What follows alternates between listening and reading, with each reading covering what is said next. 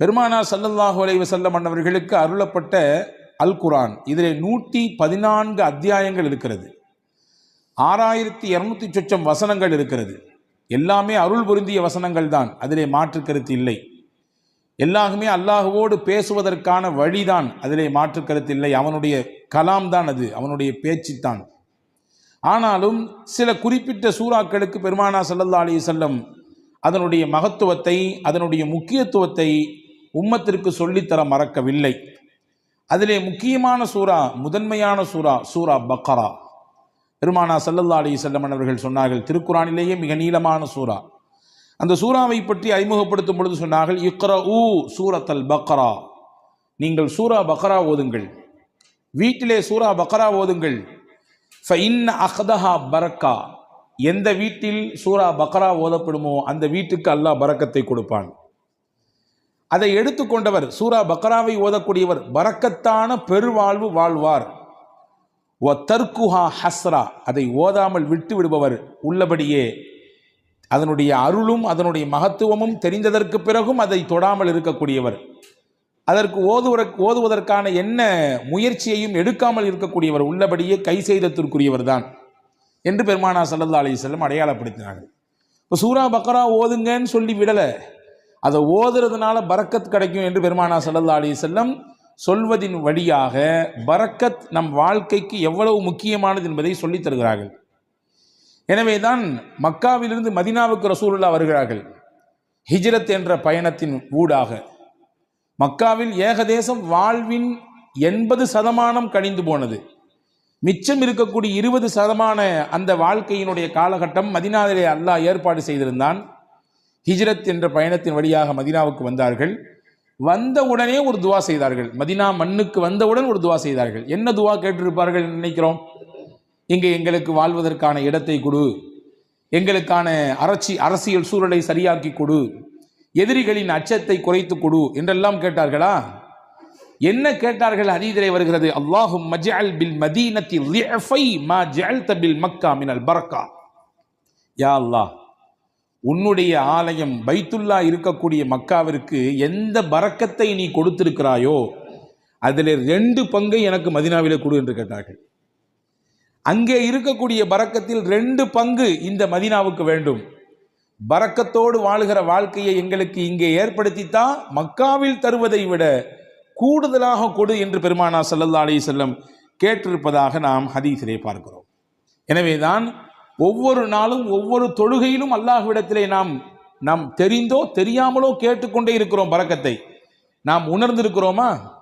அத்தஹியாத்தினுடைய இருப்பிலே நாம் கேட்கிறோம் பரக்கத்தை. அல்லாஹும்ம பாரிக் அலா முஹம்மத் வ அலா ஆலி முஹம்மத் கமா பாரக்த அலா இப்ராஹிம். இறைவா, முஹம்மது நபியின் மீதும் அவர்களுடைய குடும்பத்தினர் மீதும் நீ பரக்கச் செய்வாயாக, இப்ராஹிம் நபிக்கும் அவருடைய குடும்பத்திற்கும் எப்படி பரக்கச் செய்யதாயோ அதே போன்று என்று அல்லாஹ்விடத்திலே நபிகளை முன்வைத்து நாம் கேட்கிறோம். அவர்களுக்கு செய் என்றால் அதன் வழியாக எங்களுக்கும் கொடு என்று அர்த்தம். இப்போ பரக்கத் என்பது வாழ்க்கையிலே தவிர்க்க முடியாத ஒன்று. பரக்கத்தான வாழ்க்கையை தான் நாம் எல்லோருமே ஆசைப்படுகிறோம். அந்த பரக்கத் நம்முடைய வாழ்க்கையில், நம்முடைய நிம்மதியில், நம்முடைய ஆரோக்கியத்தில், நம்முடைய தொழிலில், நாம் கை வைக்கக்கூடிய காரியங்களில் நிறைவாக கிடைக்கப் பெறும் பட்சத்திலே மன நிறைவான ஒரு வாழ்க்கையை நாம் அனுபவிப்பதாக நாம் உணரலாம். அதை பெறுவதற்கான வழிகள் என்ன என்பதை குறித்துத்தான் நாம் இங்கே பார்க்க போகிறோம் இந்த ஜும்மாவினுடைய உரையின் ஊடாக. அனஸ் இப்னு மாலிக் ரலியல்லாஹு அன்ஹு சஹாபாக்கள் ரொம்ப முக்கியமான சஹாபி. நபிகள் ஸல்லல்லாஹு அலைஹி வஸல்லம் அவர்களோடு சிறு வயதிலேயே அந்த தொடர்பை ஏற்படுத்தி கொண்ட உன்னதமான தோழர்களிலே ஒருவர். ரசூல் ஸல்லல்லாஹு அலைஹி வஸல்லம் மதீனாவுக்குள்ள வரும்பொழுது எல்லாரும் gift கொடுத்தாங்க ரசூலுல்லாஹ்க்கு.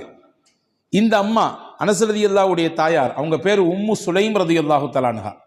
அந்த அம்மாட ரசூலுல்லாஹ் கொடுக்கறதுக்குன்னு பெருசா ஒன்றும் இல்லை. 10 வயசு ஃபுல்லாக அனஸ் தான் இருந்தாங்க. அனஸ் ரலியல்லாஹு கையை பிடிச்சி கடகடன்னு எடுத்து கூட்டு போய் பெருமானார் ஸல்லல்லாஹு அலைஹி வஸல்லம் கிட்ட ஒப்படைச்சிட்டு சொன்னாங்க, யா ரசூலுல்லாஹ் ஹாதிமுக்க அனஸ், எல்லாரும் gift கொடுக்குறாங்க, என்கிட்ட கொடுக்கறதுக்கு இல்லை, என் புள்ள தான் இருக்காரு, இவரை கொடுத்துட்டேன் உங்களுக்கு. இவரை கொடுத்துட்டோம்னா என்ன பொருள்? இவர்தான் உங்களுக்கான ஊழியர், பணியாளர், நீங்கள் இடும் கட்டளையை செய்யக்கூடியவர். இவரை நீங்கள் வைத்து பயன்படுத்தி கொள்ளுங்கள். உங்களுக்கு பல விதங்களிலே இவர் பயன்பாட்டை கொடுப்பார். உங்களுடைய காரியங்களிலே இவரை வைத்து நீங்கள் வேலை வாங்கி கொள்ளுங்கள் என்று சொல்லிட்டு சொன்னாங்க, என் பிள்ளைய கொடுத்துட்டு நான் உங்கள்ட்ட எதிர்பார்க்கிறது வேற ஒன்றும் இல்லை, அவருக்கு நீங்க துவா செய்யணும், நீங்க அவருக்காக வேண்டி துவா செய்ய வேண்டும். நான் கடந்த வார ஜும்மாவிலேயே சொன்னேன் இல்லையா, ஒருவர் துஆ செய்யுங்கள் என்று சொல்லிவிட்டால் உடனடியாக நாம் என்ன செய்ய வேண்டும்? பாரக்கல்லா என்று துஆ செய்து விட வேண்டும். பாரக்கல்லா என்று முதல் கட்டமாக துஆ செய்து விட வேண்டும். அதற்கு பிறகு அவரை குறித்து ஞாபகம் வந்தால் அவர் எது குறித்து உண்டான துஆவை நம்மிடத்திலே முன்மொழிந்தார், எந்த சிக்கலுக்காக வேண்டி கேட்டிருக்காரு, எந்த பிரச்சனைக்காக வேண்டி கேட்டிருக்காரு என்று தனிப்பட்ட முறையில் நமக்கு நினைவு இருந்தால் அதை சொல்லி அல்லாஹ்விடத்திலே கேட்பது, இது மிக உயர்ந்த பண்புகளில் ஒன்று. அதனால் கிடைக்கக்கூடிய பலன் என்ன என்பதை கடந்த வார ஜும்மாவிலே நான் உங்களுக்கு ஞாபகப்படுத்தியிருக்கிறேன். இப்போ ஹஸரத் ரசூலுல்லாஹி ஸல்லல்லாஹு அலைஹி வஸல்லம் இடத்திலே உம்மு சுலைம் ரலியல்லாஹு தஆலா அன்ஹா தன்னுடைய பிள்ளையை ஒப்படைத்து விட்டு சொன்னார்கள், உதுஉ, இவருக்கு துஆ செய்யுங்கள், அவ்வளவுதான், இவருக்கு நீங்கள் துஆ செய்யுங்கள், அது மட்டும் போதும், வேற எதுவும் எனக்கு எதிர்பார்ப்பு இல்லை. உடனே ரசூலுல்லாஹ் துஆ செஞ்சாங்க, அனஸ் ரலியல்லாஹு துஆ செஞ்சாங்க. என்ன செஞ்சிருப்பாங்க? யா அல்லாஹ் நல்ல நீல ஆயிலை கொடு அல்லது நிறைய இவருக்கு என்றெல்லாம் கேட்பதற்கு முன்னால் பெருமானார் செய்த துஆ, அல்லாஹும்ம பாரிக் ஃபி உம்ரி, யா அல்லாஹ் இவர் ஆயிலே நீ பரக்கத் செய்வாயாக, நீண்ட ஆயிலை கொடுப்பாயாகன்னு கேட்கல, இவர் ஆயில்ல நீ பரக்கத் செய்வாயாக. அல்லாஹும்ம பாரிக் ஃபி அவுலாதி, இவருக்கு நீ கொடுக்கக்கூடிய குழந்தை செல்வங்களிலே பரக்கத் செய்வாயாக. அடுத்து சொன்னாங்க, அல்லாஹும்ம பாரிக் லஹு ஃபீமா அஅதைத லஹு, இவருக்கு நீ என்னெல்லாம் கொடுக்கணும்னு நினைச்சிருக்கியோ எல்லாத்தையும் பரக்கத் செஞ்சிரு. இவர் ஆயில்ல பரக்கத் செஞ்சிரு, இவருடைய குழந்தை குட்டிகளில் பரக்கத் செஞ்சிரு, நீ என்னெல்லாம் இவருக்கு கொடுக்கணும்னு நினைச்சிருக்கியோ எல்லாவற்றிலும் நீ பரக்கத் செய்துவிடு என்று பெருமானார் ஸல்லல்லாஹு அலைஹி வஸல்லம் அவர்கள் துஆ செய்ததாக நாம் ஹதீஸ்ல பார்க்கிறோம். நிறைய குடுன்னு கேட்கல, நீண்ட ஆயில நிறைய வயசு வாழணும் அப்படி குடுன்னு ரசூலுல்லாஹ் கேட்கல, நீ கொடுப்பதில் நிறைந்த பரக்கத்தை கொடு என்று கேட்பதிலிருந்து நமக்கு புரிகிறது, வாழ்க்கையிலே நிறைய என்பதை விட பரக்கத்தான் முக்கியம். அதிகம் எண்ணிக்கை என்பதை விட குறைவாக இருந்தாலும் அதன் மூலம் கிடைக்கக்கூடிய பலன் பரக்கத்தாக இருக்க வேண்டும் என்பதுதான் முக்கியம் என்று நாம் இதிலிருந்து புரிந்து கொள்கிறோம். அந்த பரக்கத்தான வாழ்க்கையை பெறுவதற்கு ஒரு 8 அம்ச திட்டத்தை நான் இன்றைக்கு உங்களுக்கு நான் சொல்ல போகிறேன். 8 விதமான விஷயங்களை நாம் பின்பற்றுகிற பொழுது அல்லாஹுவின் பரக்கத்தை நம்மால் முழுமையாக அடைந்து கொள்ள முடியும். நம்பர் 1, முதலில் பரக்கத்தை பெறுவதற்கு நாம் என்ன முயற்சியை மேற்கொள்வது? 1, ரசூலுல்லாஹ் சொன்னாங்க, உங்களில் யார் வயசுல பெரியவங்களோ அவங்கள நீங்க மரியாதை கொடுப்பதிலிருந்து உங்கள் காரியங்கள் அனைத்திலும் அவர்களை முன்னிலைப்படுத்துவதிலிருந்து அல்லாஹ் உங்களுக்கு பரக்கத்தை தருவான். வாப்பாக்கு வயசாயிடுச்சு, வீட்டில் மூத்தவங்க தான் இருந்தாலும் இந்த விஷயங்கள்லாம் அவங்களுக்கு அந்த அளவுக்கு பிடிபடாது, அதனால சொல்லிக்கலாம், எல்லாம் முடிஞ்சு கடைசியில சொல்லிக்கலாம் என்பதல்ல. ஒரு கட்டத்தில் அவரும் வாலிபம், குழந்தை பேரு, தொழில், வியாபாரம் என்று எல்லாவற்றையும் கடந்துதான் வந்திருக்கிறார். இப்பொழுது அவருக்கு வயதான நிலை, வயோதிகம், அதனாலே அவரை ஒதுக்கி வைக்குதல், தள்ளி வைக்குதல் என்பதெல்லாம் இல்லை. என்ன விஷயம் செய்தாலும் பெரியவர்களுக்கான முன்னுரிமையை, முன்னிலைப்படுத்துதலை, அவர்களுக்கான மரியாதையை நீங்கள் நிறைவாக செய்யுங்கள். இதன் ஊடாக அல்லாஹ் உங்களுக்கு பரக்கத்தை தருவான். எந்த வீட்டில் பெரியவர்களுக்கு மரியாதை இருக்கிறதோ அந்த வீட்டிலே பரக்கத் இருக்கிறது என்று பொருள். எந்த வீட்டில் பெரியவர்கள் உதாசீனம் செய்யப்படுகிறார்களோ, வயதிலே மூத்தவர்கள் வேண்டா வெறுப்பாரோ அவர்கள் பராமரிக்கப்படுகிறார்களோ, அவர்களின் பேச்சுக்கும் அவர்களுடைய ஆலோசனைக்கும் முன்னுரிமை கொடுக்கப்படாமல் தள்ளி வைக்கப்படுகிறார்களோ, புரிந்து கொள்ளுங்கள், அங்கே பரக்கத் எடுபடுகிறது என்று பொருள். பெருமானார் ஸல்லல்லாஹு அலைஹி வஸல்லம் அவர்களுக்கு ஒரு நாள் ஒரு அன்பளிப்பு வந்தது. ஒரு கிண்ணம் நிறைய பால். ரசூலுல்லாஹ் பொதுவாகவே தனக்கு கிஃப்ட் வந்துச்சுன்னா தான் பயன்படுத்துவாங்க. சில நேரங்களில் பக்கத்தில் இருக்கிறவங்களுக்கு கொடுத்து அதை பயன்படுத்த துவங்குவாங்க. அன்னைக்கு பால் வந்திருக்கு. தபரானி ஷரீஃபில் இந்த ஹதீஸ் வருகிறது. ரசூலுல்லாஹ் உட்கார்ந்துருக்காங்க. அந்த சைடில் பார்த்தீங்கன்னா சையதுனா அபூபக்கர் ரலியல்லாஹு அன்ஹு, சையதுனா உமர் ரலியல்லாஹு அன்ஹு, மூத்த சஹாபாக்கள், இஸ்லாத்தில் மிகப்பெரிய பங்களிப்பு ஆற்றியவர்கள், நபியோடு தங்கள் வாழ்க்கை முழுவதையும் அர்ப்பணித்த ஒரு உன்னதமான சஹாபாக்கள் 2 பேர் இருக்கிறாங்க. மதீனாவில் நடந்த நிகழ்ச்சி இது. இந்த பால் கிண்ணம் வந்த உடனே ஸல்லல்லாஹு அலைஹி வஸல்லம் இந்த பக்கத்தில் இருந்த சையதுனா அபூ உபைதா ரலியல்லாஹு அன்ஹு என்ற ஒரு சஹாபி, அவங்க கையில் கொடுத்தாங்க. குடிங்க அபூ உபைதான்னு சொன்னாங்க. அபூ உபைதா ரலியல்லாஹு அன்ஹு கையில் பாலை வாங்கிட்டு ரசூலுல்லாஹையும் பார்க்குறாங்க, பக்கத்தில் இருக்கக்கூடிய அபூபக்கர் நாயகத்தையும் பார்க்குறாங்க, உமர் நாயகத்தையும் பார்க்குறாங்க. என்னடா இது, நபிக்கு ரொம்ப நெருக்கமானவங்க 2 பேரும் அங்கே இருக்க, நமக்கு ரசூலுல்லாஹ் கொடுக்குறாங்களே என்பதுதான் அவர்களின் பார்வையின் பொருள். பார்த்துட்டு ரசூலுல்லாஹ்ட்ட சொன்னாங்க, யா ரசூலல்லாஹ் அன்த அவுலா பிஹி மின்னி, இந்த பாலை முதலாக அருந்துவதற்கு என்னை விட நீங்கள் தான் தகுதியானவர்கள். ஏன்னா நான் சாதாரண அபு உபைதா, நீங்க அல்லாவின் ரசூல் நீங்கள். எனவே நீங்கள் தான் இதை துவங்கி வைக்க வேண்டும். ரசூலுல்லாஹ் சொன்னாங்க, ஹுத் யா அபா உபைதா, எடுங்கள், குடியுங்கள் அப்படின்னு சொன்னாங்க. இப்ப 2ஆம் கட்டமா அபூபக்கர் நாயகத்தை பார்க்கறாங்க, உமர் நாயகத்தை பார்க்கறாங்க. பார்வையின் அர்த்தம் என்ன? என்னை விட இஸ்லாமிய வருகையில் முதன்மையானவர்களாச்சே இவர்கள் எல்லாம், பங்களிப்பு செய்வதிலே முக்கியமானவர்களாச்சே இவர்கள் எல்லாம், அவங்க குடிச்சா நல்லா இருக்குமே என்ற பெருந்தன்மையான மனதோடு செய்தனா அபூ உபைதா ரலியல்லாஹு பார்க்கும் பொழுது ரசூலுல்லாஹ் அப்பவும் சொன்னாங்க, அபூ உபைதா நீங்க தான் குடிக்கணும், குடிங்கன்னாங்க. செய்தனா அபூ உபைதா ரலியல்லாஹு அன்ஹு குடிக்க துவங்கும் நேரத்திலே கையில் பக்கத்தில், வாய்க்கு பக்கத்தில் பால் கிண்ணம் போய்விட்டது. ஆனாலும் அவர்கள் மனம் ஏதோ ஒரு விஷயத்திற்காக வேண்டி மறுக்கிறது. கீழே கொண்டு வந்து சொன்னாங்க, யா ரசூலுல்லாஹ் நீங்க குடிச்சிட்டு தந்தா நல்லா இருக்கும். 3வது தடவையாக பெருமானார் ஸல்லல்லாஹு அலைஹி வஸல்லம் அபூ உபைதா ரலியல்லாஹு இடத்திலே சொன்னார்கள், இஷ்ரப், அபூ உபைதா நீங்கள் குடியுங்கள்.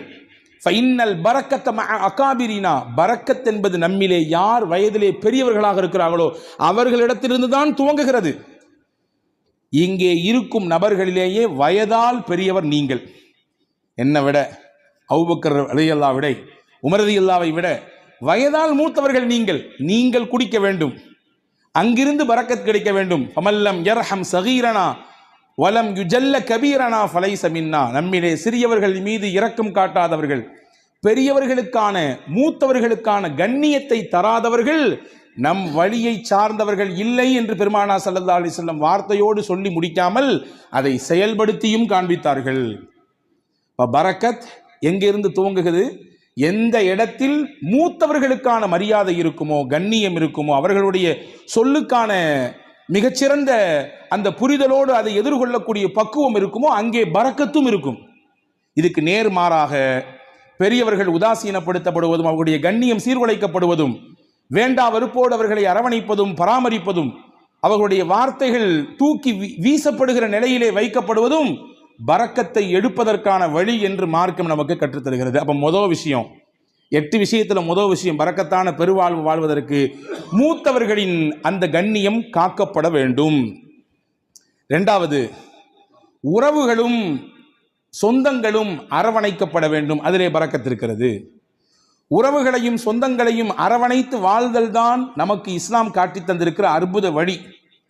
பல நேரங்களிலே அதிலே பல பெருத்த சிக்கல்கள் இருக்கத்தான் செய்யும், சிக்கல் இல்லாமல் இல்லை. உறவுகளை திருப்திப்படுத்தி நிம்மதியோடு இணைந்து வாழ்வதிலே பல சிக்கல்கள் இருக்கத்தான் செய்கிறது, அதிலே மாற்று கருத்து இல்லை.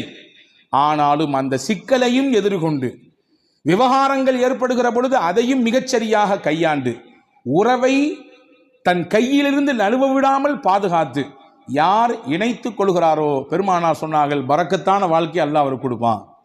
ரசூலுல்லாஹ்வுடைய ஹதீஸ் வந்திருக்கிறது. அனஸ் பின் மாலிக் ரலியல்லாஹு அறிவிக்கிறார்கள், மன் ஹப்ப அன் யுபஸத லஹு ஃபீ ரிஸ்கி, அல்லாஹ் இவருக்கு தரக்கூடிய ரிஸ்கிலே யாருக்கு நல்ல விசாலம் கிடைக்க வேண்டும் என்று ஆசைப்படுகிறாரோ, விசாலமான ரிஸ்க், அதாவது பரக்கத்தான ரிஸ்க் கிடைக்கும் யார் ஆசைப்படுறாரோ, நீண்ட ஆயுள் கிடைக்க வேண்டும் என்று யார் விருப்பப்படுகிறார்களோ, ஃபல் யஸில் ரஹ்மா, தன் சொந்தங்களையும் உறவுகளையும் அவர் அரவணைத்துக் கொள்ளட்டும், அதன் வழியாக அல்லாஹ் பரக்கத்தை தருவான். அப்ப இதுக்கு நேர் ஆப்போசிட் என்ன? உறவுகளும் சொந்தங்களும் யாருடைய மனதிலே ஒரு பெரிய விஷயமாகவே இல்லை. நான் நன்றாக இருக்கிறேன், என் குடும்பம், என் மனைவி, என் பிள்ளைகள் எல்லாம் சிறப்பா இருக்கிறோம், அண்ணன் எப்படி போனால் நமக்கு என்ன, மாமா எப்படி போனால் நமக்கு என்ன, உறவுகள் எப்படி போனால் நமக்கு என்ன என்கின்ற உணர்வு எங்கே வருகிறதோ அங்கே பரக்கத்தை எல்லாம் எடுத்து விடுவான். உங்களுக்கு ஒன்று தெரியுமா? 2 நபிமார்கள் சேர்ந்து துவா செய்தார்கள். ஒன்று மூசா அலைஹிஸ்ஸலாம், இன்னொன்று அவர்களுடைய சகோதரர் ஹாரூன் அலைஹிஸ்ஸலாம். யாருக்கு எதிராக துவா செஞ்சாங்க தெரியுமா? ஃபிரௌன் என்கின்ற சர்வாதிகாரிக்கு எதிராக துவா செஞ்சாங்க. உச்சபட்சமான சர்வாதிகாரத்தினுடைய உச்சாணி கொம்பில் இருந்து ஆட்டம் போட்டவன், ஆடியவன் ஃபிரௌன். அவனுக்கு எதிராக அந்த 2 நபிமார்களும் துவா செய்கிறாங்க. அந்த 2 நபியில ஒன்று ரசூல், மூசா அலைஹிஸ்ஸலாம் ரசூல்னு கட்டப்பட்டவங்க, உலுல் அஸ்முல கட்டுப்பட்டவங்க. 5 நபர்கள் உல் அஸ்மு, அதாவது உறுதிமிக்க மனமிக்கவர்கள் என்று குர்ஆன் சொல்கிறது 5 நபிமார்களே. அந்த 5 நபிமார்கள் ஒன்று செய்தனா மூசா அலைஹிஸ்ஸலாம். ரசூல் அல்லாஹுவோடு நேரடியாக பேசுவதற்குரிய வாய்ப்பை பெற்றவர்கள் செய்தனா மூசா அலைஹிஸ்ஸலாம். தனிச்சிறப்பு போய்கிட்டே இருக்கிறது. மூசா அலைஹிஸ்ஸலாம் பற்றி தனியாக ஒரு ஜும்மா பேசணும், அவ்வளவு இருக்குது செய்தி. அந்த மூசா நபியும் ஹாரூன் அலைஹிஸ்ஸலாமும் துவா செய்கிறாங்க ஃபிரௌன் என்ற கொடியவனுக்கு, சர்வாதிகாரிக்கு எதிராக. ஆனால் அவர்கள் செய்த துவா 40 வருஷத்துக்கு பிறகுதான் பதிலே கொடுக்கப்பட்டது. துவா செஞ்சு முடிச்சு 40 வருஷத்துக்கு பின்னாடி தான் ஃபிரௌனுக்கு அழிவு வந்தது. ஃபிரௌன் நைலிலே மூழ்கினான். ஏன் இந்த 40 ஆண்டு கால தாமதம்? நமக்கு இயல்பாக கேள்வி எழும். ஒரு நபி கேட்கிற துவா, நீங்களோ நானோ கேட்கிற துவாவே நாளைக்கு உடனடியாக கபூலாக வேண்டும் என்று நினைக்கும் பொழுது, அல்லாஹ்வின் உயர்ந்த நெருக்கத்தை பட்ட 2 நபிமார்கள் கேட்கிற துவாவை 40 ஆண்டு காலம் தள்ளி போட்டான் அல்லாஹ். அதிலே பல காரணங்கள் இருக்கிறது. அதிலே முக்கியமான ஒரு காரணம் என்ன தெரியுமா? ஃபிரௌனிடத்திலே ஒரு நல்ல பண்பு இருந்ததாம். தன் உறவுகளை அவன் எப்பொழுதுமே சேர்த்து வைத்துக் கொள்வான். அவர்களுக்கானதை கொடுத்து கொண்டே இருப்பான், அவர்களை பராமரித்துக் கொண்டே இருப்பான். அல்லாஹ் நினைத்தான், இந்த பண்பில் இருந்தாவது அவனுக்கு ஏதாவது ஒரு ஒரு சில நிமிடமாவது அவன் கொஞ்சம் ஒதுங்கி நம்மின் பக்கம் வரமாட்டானா என்று அல்லாஹ் எண்ணினான். எனவே அந்த வேதனையை கொஞ்சம் தள்ளி போட்டு கொண்டே இருந்தான். தள்ளி போட்டு 40 வருடங்களுக்கு பிறகுதான் இனிமேலும் இவன் திருந்துவதற்கு வாய்ப்பே இல்லை என்ற பொழுது அந்த நபிமார்களின் துவாவை ஏற்றுக்கொண்டு அவர்களுக்கு அவனுக்கு அழிவை கொடுத்தான். அப்போ இஸ்லாத்தின் மிகப்பெரிய விரோதியாக, அல்லாஹ்விற்கே சவால் விழுகிற இடத்திலே, உனக்கு நிகரானவன் நான் என்று சொல்லும் இடத்தில் இருந்த ஃபிரௌனுக்கே வேதனை தள்ளி போடப்பட்டது. எதன் காரணமாக? உறவை அவன் சேர்த்து கொண்டான், உறவை அவன் பிரியவில்லை, உறவுக்கானதை மிகச்சரியாக கொடுத்தான் என்ற ஒரு காரணத்திற்காக. அப்படி என்றால் அல்லாஹ்வுக்கு விரோதினா நம்ம கிடையாது. அல்லாஹ்வுக்கு நேர் நிகராக நின்று சமமாக சண்டை போடுபவர்கள் கிடையாது நாம். அப்ப நம்மிடத்திலே இந்த உறவு பேணுதல் இருக்கும் பட்சத்திலே அல்லாஹ் பரக்கத்தான வாழ்வை அதன் வழியாக கொடுத்து விடுவான் என்பதை நாம் இங்கே கவனத்தில் கொள்ள வேண்டும். இது 2வது விஷயம். 3வது விஷயம் என்ன? யா அல்லாஹ் எனக்கு பரக்கத்தான வாழ்க்கையை கொடு என்று துவா செய்ய வேண்டும். துவா என்பது முக்கியமானது. அதை கொடு, இதை கொடு என்று, அவ்வளவு கொடு இவ்வளவு கொடு என்பதை விட, யா அல்லாஹ் நீ எதை கொடுத்தாலும் பரக்கத்தாக கொடு, இப்படி கேட்டு பழக வேண்டும்.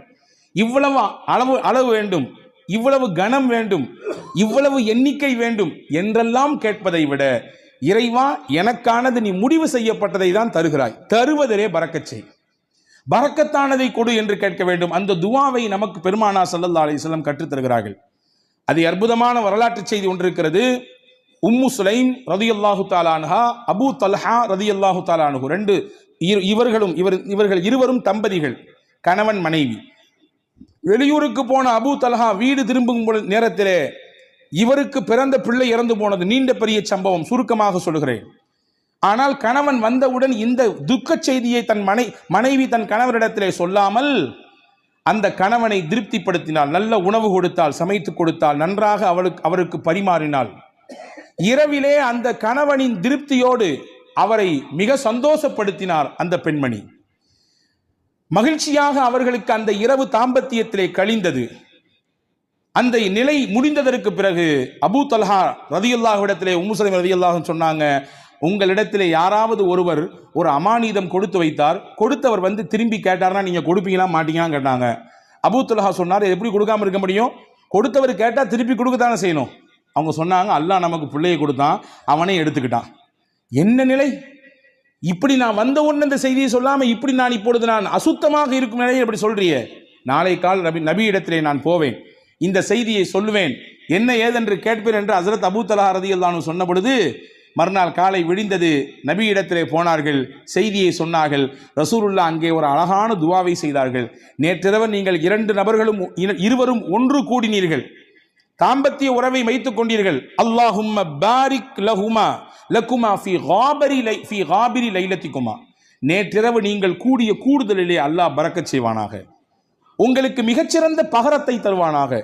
எந்த பொறுமையோடும் எந்த அல்லாஹ்வின் நம்பிக்கையோடும் உங்கள் மனைவி அப்படியான ஒரு நிலையை மேற்கொண்டார்களோ அதற்கு பகரமாக அல்லாஹ் உங்களுக்கு பரக்கச் செய்வான், சிறந்த சந்ததியை தருவான் என்று துவா செய்தார்கள். வரலாற்றிலே வருகிறது, அங்கே இருந்து பிறந்த பிள்ளை வாழ்வாங்கு வாழ்ந்தார்கள், செழிப்பாக வாழ்ந்தார்கள். கல்வி, பொருளாதாரம், வாழ்க்கையின் மேல்தட்டில் இருக்கும் விதத்திலே, எல்லோரும் பார்த்து போற்றும் விதத்திலே அந்த பிள்ளைகளின் வாழ்க்கை எல்லாம் இருந்தது. இதற்கு மூல முக்கிய காரணம் நாயகத்தினுடைய துவா. துவா செய்யணும், யா அல்லாஹ் நீ கொடுப்பதிலே எங்களுக்கு பரக்கச் செய்வாயாக, என்ன கொடுத்தாலும் பரக்கத்தாக கொடுப்பாயாக என்று துவா செய்ய வேண்டும். இது பரக்கத்தான வாழ்க்கைக்கான 3வது அம்சம். 4வது அம்சம் என்ன? நம்மிடத்தில் எது இருக்கிறதோ அதை பகிர்ந்து கொள்ள வேண்டும். பகிர்தலிலே பரக்கத்து இருக்கிறது.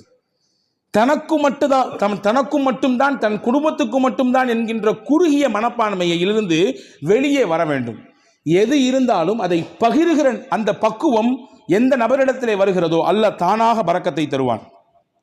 ரசூலுல்லாஹி ஸல்லல்லாஹு அலைஹி வஸல்லம் உடைய ஹதீஸ் வந்திருக்கிறது, தஆமுல் வாஹிதி யக்ஃபிஸ் இஸ்னைன் வ தஆமுல் இஸ்னைனி யக்ஃபில் அர்பஅ. 2 நபருக்கான உணவு தான், ஆனால் 3 பேர் வந்துட்டாங்க. ஐயோ 2 பேர் தானே சாப்பாடு இருக்குது, 3வது நபர் வந்துட்டாரே என்று யோசிக்க வேண்டாம், விரிச்சு வைங்க, அவரையும் சேர்த்துக்குங்க. அல்லாஹ்வின் ரசூல் சொன்னாங்க, 2 பேருக்கான உணவாக இருந்தாலும் நீங்கள் பகிர வேண்டும் என்ற சிந்தனைக்கு வந்துவிட்டால் அதை 3க்கும் போதுமானதாக அல்லாஹ் ஆக்கி விடுவான். 3 பேருக்கான உணவு தான், ஆனா 5 பேர் இருக்கிறாங்க, 2 பேரை தள்ளி விடாதீங்க, இது பத்தாது, நமக்கே பத்தாது, யானை பசிக்கு சோள புரியா அப்படின்னு கேட்ட மாதிரிலாம் நம்ம கதை பேச வேண்டாம், சேர்த்திக்குங்க. ரசூல் சொன்னாங்க 3 நபருக்கான உணவு தான், நீங்கள் சேர்த்து ஷேர் செய்யும் பொழுது, அதிலே பகிர வேண்டும் என்ற எண்ணம் வரும் பொழுது அதிலே அல்லாஹ் 5 நபருக்கான பரக்கத்தை செய்து விடுவான். இது வாழ்க்கையிலே யாரெல்லாம் இந்த ஷேரிங்ல இருக்கிறாங்களோ அவங்க எல்லாம் கண்கூடாக பார்க்க முடியும், கண்கூடாக பார்க்க முடியும். ரசூலுல்லாவுக்கு ரொம்ப பிடித்த குடும்பம் ஒரு குடும்பம் இருந்தது, அல் அஷ்அரி. ரொம்ப பிடிக்கும் அவங்கள ரசூலுல்லாஹ். எந்த அளவுக்குன்னா அவங்க என் குடும்பம் ரசூலுல்லாஹ் சொன்னாங்க. என் குடும்பம் அவங்க, என்னிலிருந்தும் அவர்கள், அவர்களிலிருந்தும் நான் என்று சொன்னார்கள். சஹாபாக்கள் ஒன்றும் புரியும், ஏன் இந்த குடும்பத்தை மட்டும் ரசூலுல்லாஹ் ரொம்ப பிடிக்குது? விவரத்தை கேட்டு போனா ரசூலுல்லாஹ் சஹாபாக்கள்கிட்ட சொன்னாங்க, அவங்கள்ட்ட ஒரு சிறந்த பண்பு இருக்குது. தாங்கள்கிட்ட எல்லாரும் ஒரு பயணத்தில் போனானா எல்லாரும் தனித்தனியாக சாப்பாடு கொண்டு வருவாங்க, யாராவது 1-2 பேருடைய சாப்பாடு சீக்கிரமாக தீர்ந்து போயிடும். நீண்ட தூர பயணம் என்பதினாலே அவர்களை அப்படியே கழட்டி விட்டுற மாட்டாங்க. நீங்க கொண்டு வந்து காலியாக போச்சா, அப்படித்தான் போச்சு, இப்போ இன்னும் ரொம்ப தூரம் இருக்குது, இன்னும் 500 கிலோமீட்டர் போனோம், அப்படித்தான் என்று விட்டு விட மாட்டார்கள். சாப்பாடு இல்லாதவர்களையும் சேர்த்து ஒரே இடத்தில் உட்கார வைத்து ஒரு பெரிய துணியை எடுத்து கொண்டு வந்த மொத்த சாப்பாடையும் அதிலே கொட்டி கலந்து இருப்பவர்களுக்கெல்லாம் பகிர்ந்து கொடுப்பார்கள். இந்த பகிர்தல் என் பண்பு, என்னுடைய குணம், அது அவங்கள்ட்ட இருக்கிறதுனால அவங்க எங்க குடும்பம் நாங்கள் ரசூல் ஸல்லல்லாஹு அலைஹி வஸல்லம். இப்ப பகிர்தல் இது பரக்கத்திற்கான பெரிய வழி. நம்மிலே எது இருக்கிறதோ அதை பகிர்ந்து கொள்வது. குடிப்பதற்கு இவ்வளவுதான் நீர், அதை பகிர்ந்து கொள்வது. உணவு இவ்வளவுதான் இந்த இடத்திற்கான விஷயம், பகிர்ந்து கொள்வது. எனக்கு மட்டும் வேணும், என் குடும்பத்துக்கு மட்டும் வேணும் என்று முன் தயாரிப்பு செய்து முன்னால் எடுத்து வைப்பதை விட இருப்பதை கொண்டு பகிர்வதனால் அல்லாஹ் பரக்கத்தை தருவான். இது 4வது வழி. 5வது பரக்கத்துக்கான முக்கியமான வழி, இன்னைக்கு நம்மள பல பேர் மறந்துவிட்ட விஷயம், சாப்பிடும் பொழுது எல்லாரும் சேர்ந்து உட்கார்ந்து சாப்பிடுங்க. நாங்கள் சொல்லலாம், எல்லாரும் சேர்ந்து உட்கார்ந்து சாப்பிடுங்க, தனித்தனியா சாப்பிடாதீங்க. ஆனால் இன்னைக்கு காலப்போக்கில் வேக உலகத்தில் இருக்கிறோம் நாம், அதனாலே பல விஷயங்களை இழந்து விட்டோம். ஆனால் நம் முன்னோர்கள், நம்முடைய தாய் தகப்பன், நம் தாதி எல்லாம் நம்முடைய வீடுகளிலே சேர்ந்து தான் உட்கார்ந்து சாப்பிடுகிற வழக்கத்தை சொல்லி தந்திருக்கிறார்கள். இன்னைக்கு வரையும் சில ஊர்களிலே கலன் சாப்பாடு என்று ஒன்று இருக்கிறது. ஒரே பிளேட்ல உட்கார்ந்து மொத்தமா சாப்பிடுறது, ஒரே பிளேட்ல உட்கார்ந்து 4 பேர் 5 பேர், இதுவெல்லாம் நிகழ்ச்சிகளுக்கு என்பதை தாண்டி சாதாரணமாக இயல்பாக அன்றாட சாப்பாடு அப்படி சாப்பிடுகிற பழக்கம் இன்னைக்கும் சில ஊர்களிலே இருக்கிறது. ஆனா கால ஓட்டத்தில் அதெல்லாம் நம்ம விட்டுட்டோம். ஒரே வீட்டில் இருக்கிறோம், 5 பேர் தான் இருக்கிறோம், 5 பேரும் 5 டயத்துல சாப்பிட்றோம். சஹாபாக்கள் வந்து ரசூலுல்லாஹ்ட்ட ஒரு நாள் சொன்னாங்க, யா ரசூலல்லாஹ் இன்னா நாகுலு வலா நஷ்பஉ, நிறைய சாப்பிட்றோம், வயிறே நிறைய மாட்டேங்குது, என்ன செய்யறதுன்னு கேட்டாங்க. சஹாபாக்கள் ரசூலுல்லாஹ் கேட்டாங்க, அன்தும் தாகுலூன ததஃபர்ரகூன், எல்லாருமே தனித்தனியா சாப்பிட்ற மாதிரி தெரியுது, ஆமாவான்னு கேட்டாங்க. எல்லாரும் வீட்டில் சேர்ந்து சாப்பிட்றீங்களா, தனித்தனியா சாப்பிட்றீங்களா? இல்லை, தனித்தனியா சாப்பிட்றோம். ரசூல் சொன்னாங்க, இஜ்மாஉ அலா துஆமிக்கும் வذ்குரு ஸ்மல்லாஹி அலைஹி யுபாரக லக்கும் ஃபீஹா. 2 விஷயத்தை செய்யுங்க சாப்பிடும் பொழுது, எல்லாரும் சேர்ந்து சாப்பிடுங்க, முடிந்த அளவுக்கு சேர்ந்து சாப்பிடுங்கள். சேர்ந்து சாப்பிடுவதற்கு ஒரு நாளில் ஒரு வக்து தான் முடியும், இந்த நேரத்தில் மட்டும்தான் எங்களால் சேர்ந்து சாப்பிட இயலும், காலை அல்லது இரவு அல்லது மதியம், அந்த ஒரு நேரத்தில் எல்லாரும் சேர்ந்து உட்காருங்கள். குடும்பத்தோடு சேர்ந்து உட்கார்ந்துட்டு சாப்பிட்றதுக்கு முன்னாடி பிஸ்மில்லா என்று சொல்லுங்கள். நீங்க கை தொட்டு கேளுங்க, நானும் என் நெஞ்சத்துல கை தொட்டு கேட்கிறேன். அன்பர்களே, எத்தனை குடும்பத்திலே எல்லாரும் சேர்ந்து உட்கார்ந்து பிஸ்மில்லாஹிர் ரஹ்மானிர் ரஹீம் என்று சத்தம் போட்டு சொல்லி நாம் அந்த சாப்பாட்டிலே கையெடுத்து வைக்கிறோம். மலேசியா போன்ற பெருநகரங்களிலே அல்லாஹ் பரக்கத்தை கொட்டுகிறான். அது தனிப்பட்ட விஷயம். நான் அங்கே இருக்கக்கூடிய ஒரு சிறப்பு அம்சத்தை சொல்லுகிறேன். சாப்பிடும் பொழுது குடும்பத்தில் உட்கார்ந்து விட்டால் உடனடியாக யாரும் உணவிலே கை வைக்க மாட்டார்கள். எல்லாரும் உட்காரணும். உட்கார்ந்த உடனே அந்த வீட்டில் இருக்கக்கூடிய பெரியவர் சொல்லுவாரு, பிஸ்மில்லாஹிர் ரஹ்மானிர் ரஹீம் ஆரம்பிங்கம்பாரு. அதுக்கு பின்னால் தான் சாப்பிடவே துவங்குவார்கள். எனக்கு என்னவோ தெரியவில்லை, அந்த வார்த்தையை அவர்கள் முழுவதுமாக பின்பற்றுவதானோ என்னவோ அல்லாஹ் பரக்கத்தை கொட்டென்று கொட்டுகிறான். பல ரூமுகள்ல தர்றான். எனவே உணவின் சமயத்திலே நாம் சேர்ந்து சாப்பிடுவது பரக்கத்திற்கான முக்கியமான வழி. இது 5வது விஷயம். 6வது விஷயம் என்ன? ரசூலுல்லாஹ் சொன்னாங்க, உங்க வீட்டுக்குள்ள போகும்போது சலாம் சொல்லிட்டு போங்க, சலாம் சொல்லிட்டு வெளியே வாங்க. இது பரக்கத்தை உங்க வீட்டுக்கு தரும் நாங்க ரசூலுல்லாஹ். ஹஸரத் ரசூலுல்லாஹ் சொன்னாங்க 3 விஷயம் அல்லாஹ்வுடைய பொறுப்பு, அல்லாஹ்வுடைய கண்ட்ரோல்ல வந்துருது. அதிலே 1, மன் தஹல பைத்தஹு வஸல்லம ஃபஹுவ லாமினுன் அலல்லாஹ். யார் வீட்டுக்கு நுழையும் பொழுது சலாம் சொல்லிட்டு போறாரோ அவர் அல்லாஹ்வுடைய கஸ்டடியில வந்துடுறாரு, அல்லாஹ்வுடைய நேரடி பார்வையில வந்துடுறாரு. அவருக்கானதை அல்லாஹ் கொடுத்து விடுவான். ஹதீஸ்ல இப்படி ஒரு வார்த்தை வருது, இன் ஆஷ ருஸிக வ குஃபிய. அவர் வாழ்ந்தால் மனநிறைவான வாழ்க்கையை வாழ்வார். வ இன் மாத்த அத்ஹலஹுல் ஜன்னா. இதை அப்படி கண்டினியூவா ஃபாலோ பண்ணாருன்னு சொன்னா 3 விஷயம் சொன்னாங்க. அந்த 3ல ஒன்று தான் நான் சொல்லியிருக்கேன். 2 தேவைப்படுறவங்க தனியாக வந்து கேளுங்க. அந்த 3ல் 3 விஷயத்தை யார் பின்பற்றுகிறாரோ வாழ்ந்தால் போதுமான வாழ்க்கையை அல்லாஹ் அவருக்கு தருவான். 2வது, அவர் மௌத்தாகி விட்டால் அல்லாஹ் நேரடியாக சொர்க்கத்தை கொடுப்பான். அதுல 1 தான் வீட்டுக்கு போகும்போது சலாம் சொல்லிட்டு போறது. உங்க வீட்டுக்கு அல்லாஹ் பரக்கத்தை தருவான். பரக்கத்தான வாழ்க்கையை உங்களால் வாழ முடியும் என்பதை ரசூலுல்லாஹ் சொன்னார்கள். இது 6வது விஷயம். 7வது விஷயம் என்ன? அல்லாஹ் எதை நமக்கு அளந்திருக்கிறானோ அல்ஹம்துலில்லாஹ், போதும் என்ற மனமே பொன் செய்யும் மருந்து நான் தமிழ்ல இல்லையா? இன்னைக்கு அதுதான் நம்மள்ட்ட இல்லை. இருக்கு, வேணும் வேணும் வேணும். எப்ப வரை வேணும்? மௌத்த சந்திக்கிற வரையும், இஸ்ராயில பார்க்கிற வரையும் வேணும், அந்த நிமிஷம் வரையும் வேணும். அன்பர்களே, எது கிடைக்கிறதோ அது குறைவோ அதிகமோ அல்ஹம்துலில்லாஹ் என்று சொல்ல பழக வேண்டும். அப்படியான பழக்கம் இருக்கிறது. நீங்கள் சொல்லும் வார்த்தை அது அல்லாஹ்விற்கு பிடித்து போனால் அல்லாஹ் அதிலே பரக்கத் செய்து விடுவான். எப்படிங்க இருக்கிறீங்க? நீ யார்ட்டையா கேளுங்க, என்னத்தை போகுது, மூட்டி வலி, முதுகு வலி, அங்கிட்டு வலி, இங்கிட்டு வலி, மருத்துவ செலவு, அப்படி இப்படி ஒரு பெரிய லிஸ்ட். நல்லா இருக்கிறன்றதுக்கு நிறைய பாயிண்ட்ஸ் இருக்கும், அதை நம்மள பல பேர் சொல்றதே இல்லை. ஆனா அல்லாஹ்வின் ரசூல் சொன்னாங்க, உங்களுக்கு அல்லாஹ் என்ன கொடுத்திருக்கானோ அதுல எது நலவு இருக்கிறதோ அதை நீங்கள் சொல்லி பழகுங்கள், அல்ஹம்துலில்லாஹ் என்று சொல்லுங்கள், அல்லாஹ் பரக்கத்தை தருவான். அப்ப போதும் என்கின்ற மனம் இது பரக்கத்தை பெற்று தருவதற்கான 7வது வழி.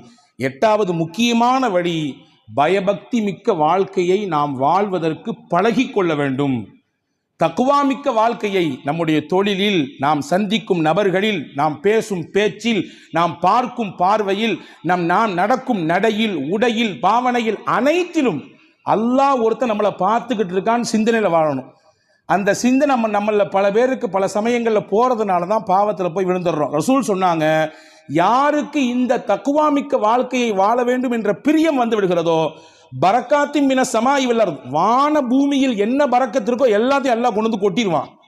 வான பூமியில் என்னென்ன பரக்கத்துகள் எல்லாம் உண்டோ மொத்தத்தையும் கொண்டு வந்து அவர்களின் காலுக்கு கீழே கொட்டி விடுவான் என்று பெருமானார் ஸல்லல்லாஹு அலைஹி வஸல்லம் அல்லாஹ் சொன்னான். அப்போ இந்த 8 காரியங்களும் பரக்கத்தான செழிப்பான வாழ்க்கையை வாழ்வதற்கான வழிகள் என்று மார்க்கம் அழகாக கற்றுத்தருகிறது. வல்ல அல்லாஹ் அப்படிப்பட்ட மிகச்சிறந்த புரிதல் மிக்க வாழ்க்கையை வாழுகிற தௌஃபீக்கை அல்லாஹ் உங்களுக்கும் எனக்கும் எல்லா மக்களுக்கும் தந்தல் புரிவானாக. அல்லாஹ் எதை நமக்கு தருகிறானோ அதில் நிறைந்த பரக்கத்தையும் அருளையும் தருவானாக. என்னென்ன நெருக்கடிகள் எல்லாம் நம் வாழ்க்கையிலே நமக்கு உண்டோ அத்துணை நெருக்கடிகளையும் அல்லாஹ் நீக்கி தருவானாக. நம்முடைய வாழ்வை அல்லாஹ் வசந்தமாக ஆக்கி தருவானாக. இருக்கக்கூடிய கஷ்டங்களை எதிர்கொள்ளக்கூடிய ஆற்றலை தந்து அதை மிக சீக்கிரமாக நம்மிடத்திலிருந்து வெளியாக்குவானாக என்ற உயர்ந்த துவாவோடு விடைபெறுகிறேன். வாஹிர் தாவானா அல்ஹம்துலில்லாஹி ரப்பில் ஆலமீன். அஸ்ஸலாமு அலைக்கும் வரஹ்மத்துல்லாஹி.